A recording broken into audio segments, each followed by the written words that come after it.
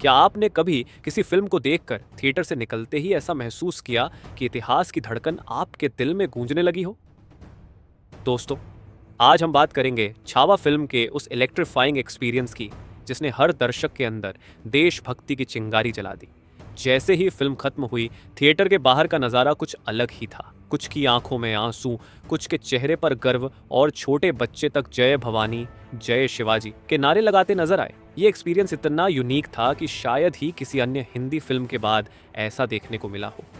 लेकिन एक बड़ा सवाल, इतिहास के पन्नों में छत्रपति संभाजी महाराज जैसे वीर योद्धाओं के बारे में हमें उतनी जानकारी क्यों नहीं दी जाती जितनी मुगल शासकों के बारे में पढ़ाई जाती है? क्या इतिहास के कुछ पन्नों को जानबूझकर धुंधला किया गया है? आज हम इन सवालों के जवाब तलाशेंगे, क्योंकि अपनी जड़ों को जानना सिर्फ अतीत को याद करना नहीं, बल्कि भविष्य को मजबूत करना है। सोचिए, एक ऐसा शासक जिसने अपने ही शासनकाल में बेरहमी और क्रूरता की नई हदें पार कर दी, उसके नाम पर हमारे देश की सड़कें और शहर क्यों बसाए गए? इतिहास के दस्तावेजों में औरंगजेब के नाम से जुड़ी ऐसी घटनाएं दर्ज हैं जिनमें अत्याचार, जबरन धर्म परिवर्तन और बर्बरता की अनगिनत मिसालें मिलती हैं। फिर भी महाराष्ट्र में एक पूरे शहर का नाम उसी के नाम पर रखा गया। क्या इससे बड़ा अन्याय हो सकता है? इतना ही नहीं, कुछ इतिहास की किताबें यह दावा करती हैं कि औरंगजेब ने टूटे हुए मंदिरों को बनवाने के लिए दान दिया था।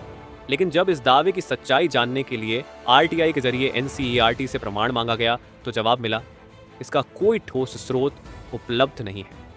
अब सवाल ये उठता है, क्या हमें इतिहास वही पढ़ाया गया जो सच्चाई थी, या फिर उसे कुछ खास मकसद से गढ़ा गया?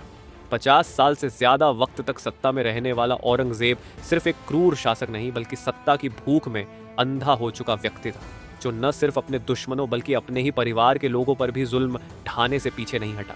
उसने हिंदुओं पर जजिया कर थोपा, सैकड़ों मंदिरों को नेस्त नाबूद किया और सिर्फ अपने मजहबी जुनून को तुष्ट करने के लिए असंख्य अत्याचार किए। इतना ही नहीं, इटालियन लेखक निकोलो मनुची के अनुसार औरंगजेब ने अपने ही सगे भाई दारा शिकोह को घसीट घसीट कर पूरे शहर में गंदे कपड़ों में परेड कराई और फिर बेरहमी से उसका सिर काटकर शाहजहां के सामने पेश किया।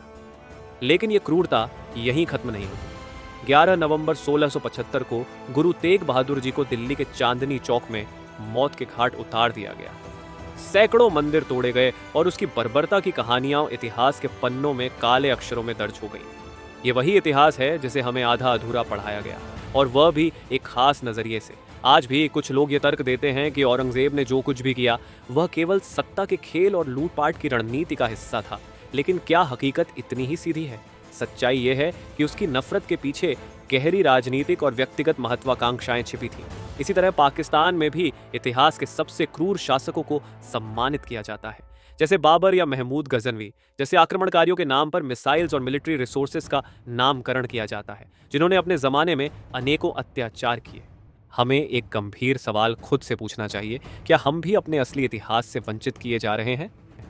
हिस्ट्री के ये फैक्ट्स हमें यह सोचने पर मजबूर करते हैं कि अगर हमें अपने भूमि का असली गौरव फिर से प्राप्त करना है तो हमें अपनी हेरिटेज और हिस्ट्री की असली सच्चाई को जानना आवश्यक है। हमारी धरोहर, हमारे ट्रेडिशंस, चाहे वह ऋग्वेद की पहली पुस्तक हो, वाल्मीकि रामायण, पाणिनि का ग्रामर या महाभारत की एपिक कहानियां हो, ये सब हमें हमारे अतीत की महत्वपूर्ण धरोहर से परिचित कराते हैं। सबसे बड़ी चिंता यह है कि हमारे इतिहास को तोड़ मरोड़ कर पेश किया गया है। कुछ हिस्टोरियंस और पॉलिटिकल पार्टीज जानबूझकर उन राइटर्स को साइडलाइन कर देती हैं जिन्होंने नेशनलिस्ट हिस्ट्री को हाईलाइट करने का प्रयास किया है। इसका असर आने वाली पीढ़ियों के ज्ञान पर पड़ता है और हमारे सांस्कृतिक गौरव को धुंधला करने की साजिश रची जाती है। आप अपने थॉट्स कमेंट्स बॉक्स में शेयर करें। क्या आपको भी लगता है कि हमें अपने हिस्ट्री को सही तरीके से पढ़ाया जाना चाहिए? उम्मीद है आपको ये वीडियो पसंद आया। ऐसे और वीडियोस देखने के लिए हमारे चैनल को सब्सक्राइब करें।